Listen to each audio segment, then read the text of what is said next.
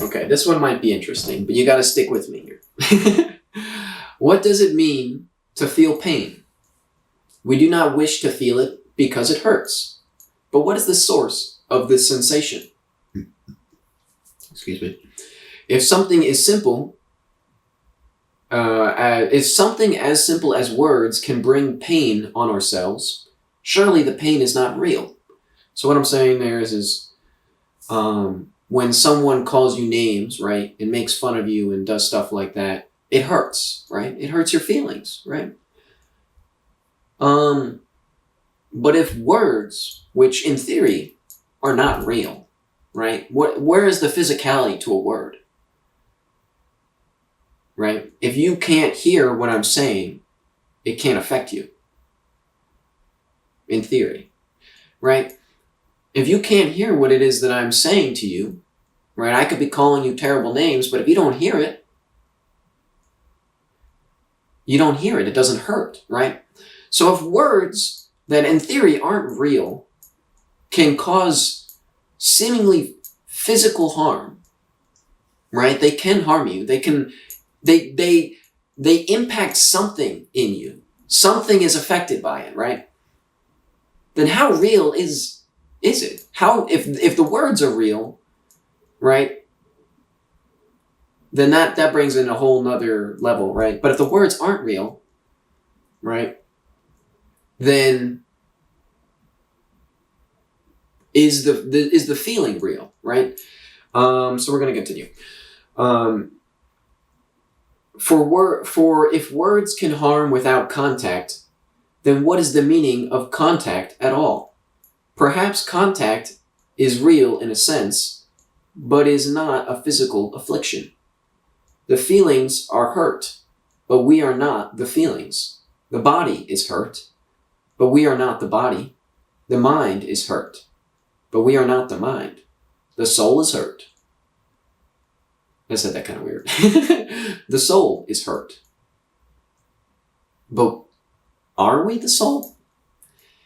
This is an interesting question that I kind of came to as I was writing this out. To me, the answer is a great question to which I will answer, no. I am not my soul, for the concept of me is all that I am, a part of a whole, a distinction that only exists to me. The foot may claim autonomy, but it cannot walk alone. We are the same. So what I'm saying here is I didn't realize the conclusion I was going to come to on that before it happened. Because for a long time I was like, yes, the soul, that I am my soul, right? Like your soul is eternal, all these things, right? But I've come to the conclusion that no, I am not my soul. Because my soul, if we're going to go from the Tao perspective, right, is a part of the Tao, right, which is everything. I am a part of everything. If I am a part of everything, if my soul is a part of everything, is it really me? Right?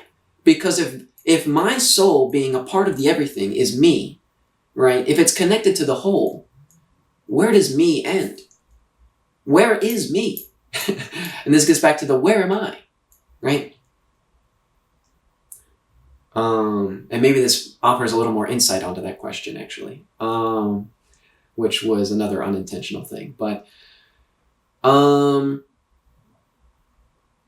if I am not, right, if we go back, I am not my feelings, right? Your feelings get hurt, but that's not really you. That's your feelings, right?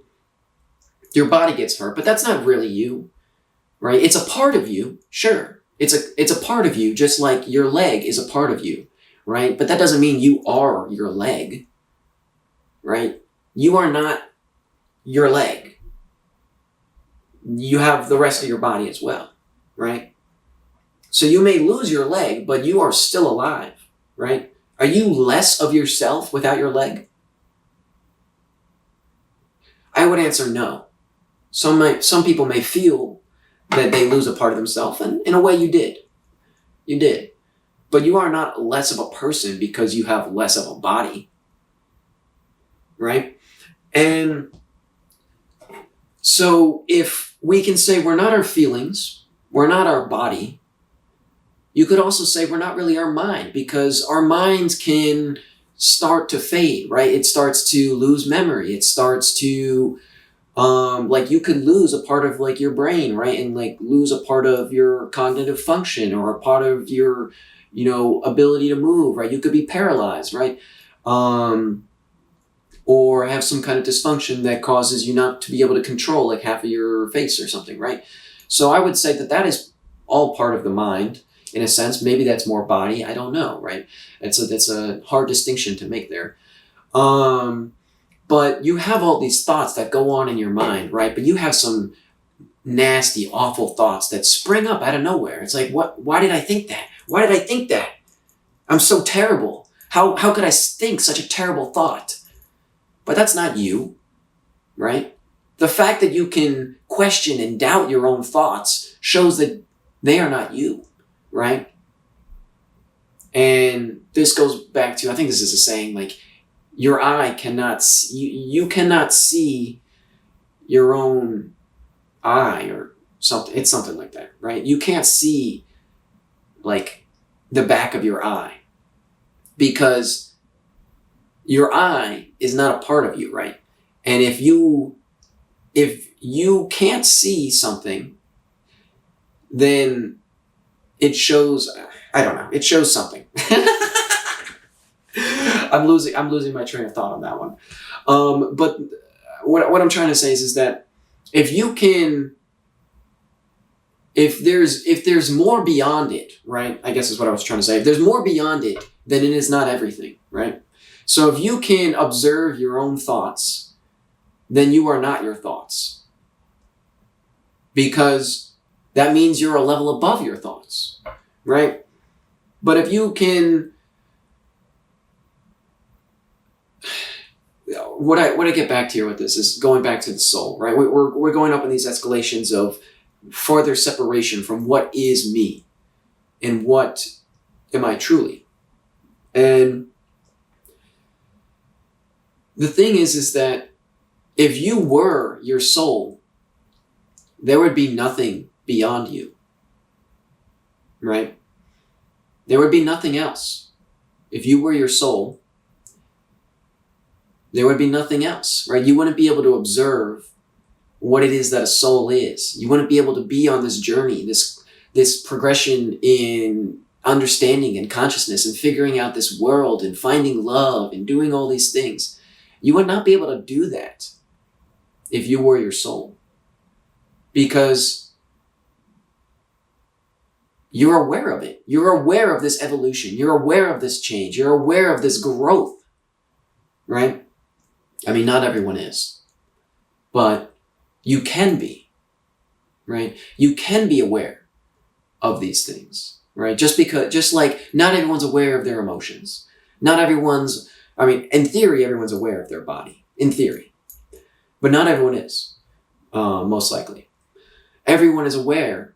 Not everyone is aware of their emotions, right? Not everyone is aware of their thoughts. Not everyone is aware of their soul. But if you can be aware of your soul and your transformation over time and your growth and the way you see the world changes and your perspective changes, not in a visual sense, but in a sense beyond that, right? We're not talking, oh, I see the world completely differently now. People say that, it opened my eyes. Their eyes have been opened the whole time. They don't mean their physical eyes have been opened. Their perspective has shifted in a way that is not physical. Where is that perspective shift?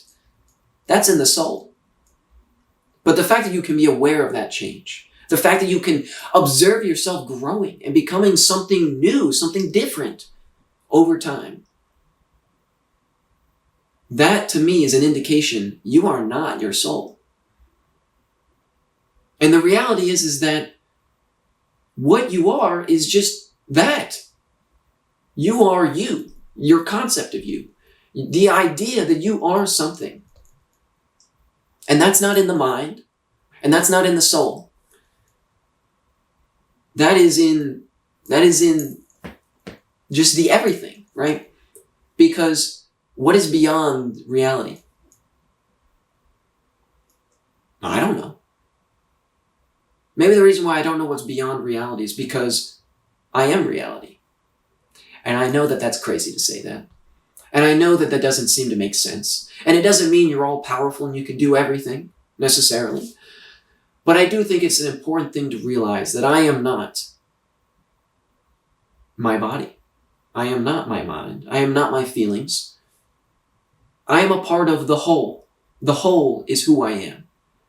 My distinction as a separation from it is me, but that does not mean that I am it, right? And I don't know if I can really make that more clear. But I do think that it makes sense if you think about it. And I think that the more people realize that, the better things will be for the world, because coming to that realization allows you to have a whole nother level of compassion for people and a whole nother level of emotion for what is around you and gratitude for what it is that is. And I find that very valuable. And I think that anyone else that truly embraces it will too. And the more people that embrace it, the more valuable it will be. So, I think I'll wrap it up there with that one. Peace out.